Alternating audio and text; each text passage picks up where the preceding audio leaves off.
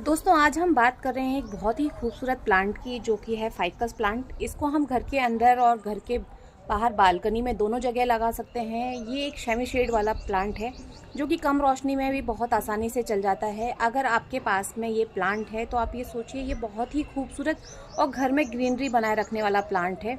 आज का टॉपिक ये है कि आज हम अपने फाइकस प्लांट को जो है रिपोर्ट करेंगे और रिपोर्ट करने के साथ साथ आप देखिए कि हम इस प्लांट को जो है इसके अंदर ही हम अपना लीफ कंपोस्ट बनाएंगे, जो कि एक बहुत ही अच्छा प्रोसेस है क्योंकि ये प्लांट जो है एक हार्डी प्लांट है। जब आप इसके साथ में लीफ कंपोस्ट बनाते हैं तो जैसे बाकी के प्लांट्स के साथ में होता है कि लीफ कंपोस्ट बनाने के टाइम पे प्लांट्स जो है ख़राब हो जाते हैं, लेकिन जब आप इस प्लांट के साथ ऐसा करेंगे तो ऐसा बिल्कुल भी नहीं होगा। और इसके प्लांट के साथ साथ जो है आपका लीफ कंपोस्ट भी बनकर तैयार हो जाएगा, आपका प्लांट ख़राब नहीं हो जाएगा। और इस प्लांट को जो है शेप किस तरह से करते हैं, इसकी प्रूनिंग किस तरह से करते हैं, वो भी हम डिटेल में जानेंगे। दूसरा, जब हम इसका लीफ कंपोस्ट बनाएंगे तो हमें इस बात का ध्यान रखना है, वो भी हम देखेंगे क्योंकि कुछ बातें जो हैं बहुत ज़रूरी हैं। अगर उनको हम फॉलो नहीं करेंगे तो लीफ कंपोस्ट बनाते टाइम हमारे जो प्लांट है इसकी जो जड़ें हैं वो ख़राब हो सकती हैं। आप देख रहे हैं मेरे पास में जो ये फाइकस प्लांट है वो वेरीगेटेड है।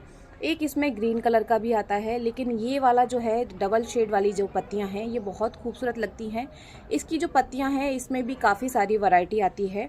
और मेरे पास में ये जो नॉर्मल है ये वो वाला प्लांट है और ये मैंने लास्ट ईयर लगाया हुआ है। और मैं आपको दिखाना चाहूँगी कि आप देखिए ये प्लांट जो है कितना बड़ा हो गया है और इसने काफ़ी अच्छी जो है हाइट ली हुई है। तो अब जो है हम अपने प्लांट को रिपोर्ट कर लेते हैं और रिपोर्ट करने के साथ में इसमें हम कौन सी खाद डालने वाले हैं और कौन कौन सी बातें हैं जिनका हमें ध्यान रखना चाहिए ये हम जानेंगे। तो चलिए सबसे पहले हम अपने प्लांट को कर लेते हैं रिपोर्ट। फाइकस प्लांट की रिपोर्टिंग के लिए सबसे ज़्यादा ज़रूरी है कि आपको इस प्लांट को जो है पॉट से बाहर निकालना है। और पॉट से बाहर निकालते टाइम आपको ध्यान रखना है कि एक दिन पहले ही आप पॉट में गमले में पानी नहीं डालेंगे, क्योंकि पानी डालने से पौधे की जो जड़ें हैं वो मिट्टी को पकड़ के रखेंगी। जब आप पानी डालना बंद कर देंगे तो पौधा जो है बहुत आसानी से जो है पॉट से बाहर निकल आएगा। इसके बाद में आपको अपने पॉट को ज़मीन में रखना है और इसको अच्छे से टैप करना है। इस प्रोसेस से जो है प्लांट बहुत आसानी से गमले से बाहर आ जाता है। जब आप ऐसे करेंगे तो बहुत ही आसानी से आपका जो प्लांट है पॉट से बाहर आ जाएगा। आप देखिए इसकी जो जड़ें हैं काफ़ी अच्छे से फैली हुई हैं।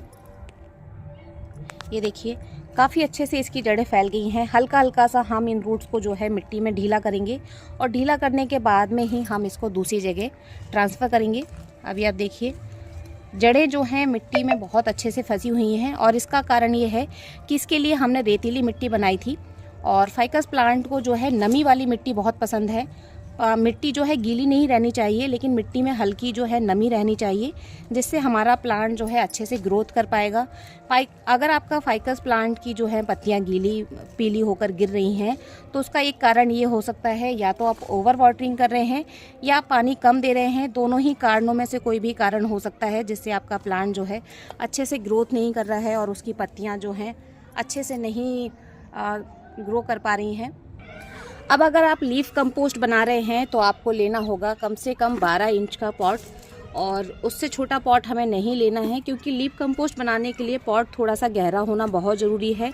लेकिन अगर आप केवल अपने प्लांट को जो है रिपोर्ट कर रहे हैं तो कोई दिक्कत नहीं है, फिर आप किसी भी साइज़ का पॉट ले सकते हैं जो कि आपके प्लांट के लिए सूटेबल हो, जो आपका प्लांट लगाने के लिए सही हो, जितना बड़ा आपको प्लांट हो उसके अकॉर्डिंग।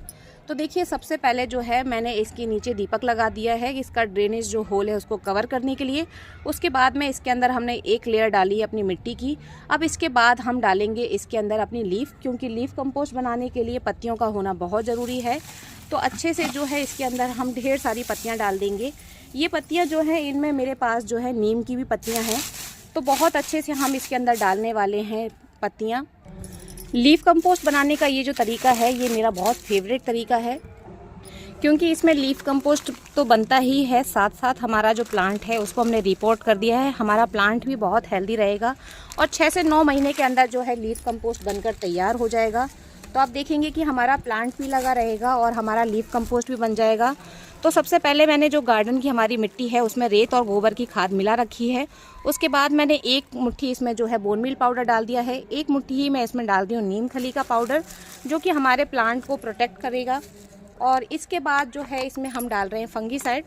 जो कि आप किसी भी ब्रांड का ले सकते हैं। नहीं है तो आप हल्दी पाउडर ले लीजिएगा, वो भी सेम यही काम करेगा।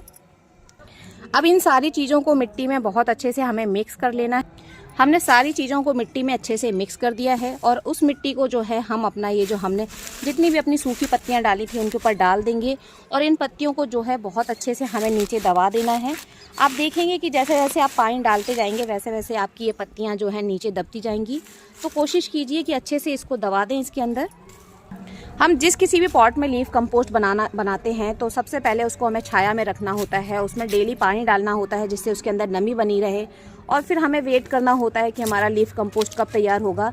लेकिन जब आप इस तरीके से लीफ कंपोस्ट बनाएंगे तो आप देखेंगे कि आपका प्लांट लगा है जिसमें कि आपको पानी डालना ही है, नमी बनाए ही रखना है। और इस प्लांट को जैसे कि हम सेमी शेड एरिया में भी रखते हैं तो आपका लीफ कंपोस्ट बन जाएगा, कब तैयार हो जाएगा आपको पता भी नहीं चलेगा। और जब आपका दोबारा से टाइम आएगा इस प्लांट को रिपोर्ट करने का, तब तक आपका लीफ कंपोस्ट बनकर जो है तैयार हो जाएगा। तो ये आप देखिए हमने अपने प्लांट को जो है इसके सेंटर में रख लिया है और पहले हम अपने प्लांट को अच्छे से सेट कर लेंगे। इसके बाद मैं आपको बताऊंगी कि इसको हमें किस तरह से इसकी प्रूनिंग करनी चाहिए, किस तरीके से शेप देना चाहिए। तो दोस्तों ये हमारा पॉट जो है पूरा अच्छे से हमने इसको ट्रांसफ़र कर दिया है अपने प्लांट को इस पॉट के अंदर। अब आप देखिए अब हम इसकी करेंगे कटिंग। तो कटिंग करते टाइम आपको ध्यान रखना है कि इसके अंदर से वाइट कलर का एक लिक्विड निकलता है जो कि पॉइजनस होता है, हल्का जहरीला होता है और इससे एलर्जी भी हो सकती है। तो जब आप इसकी कटिंग करें तो कटिंग करते टाइम आप ग्लव्स पहन के रखिएगा।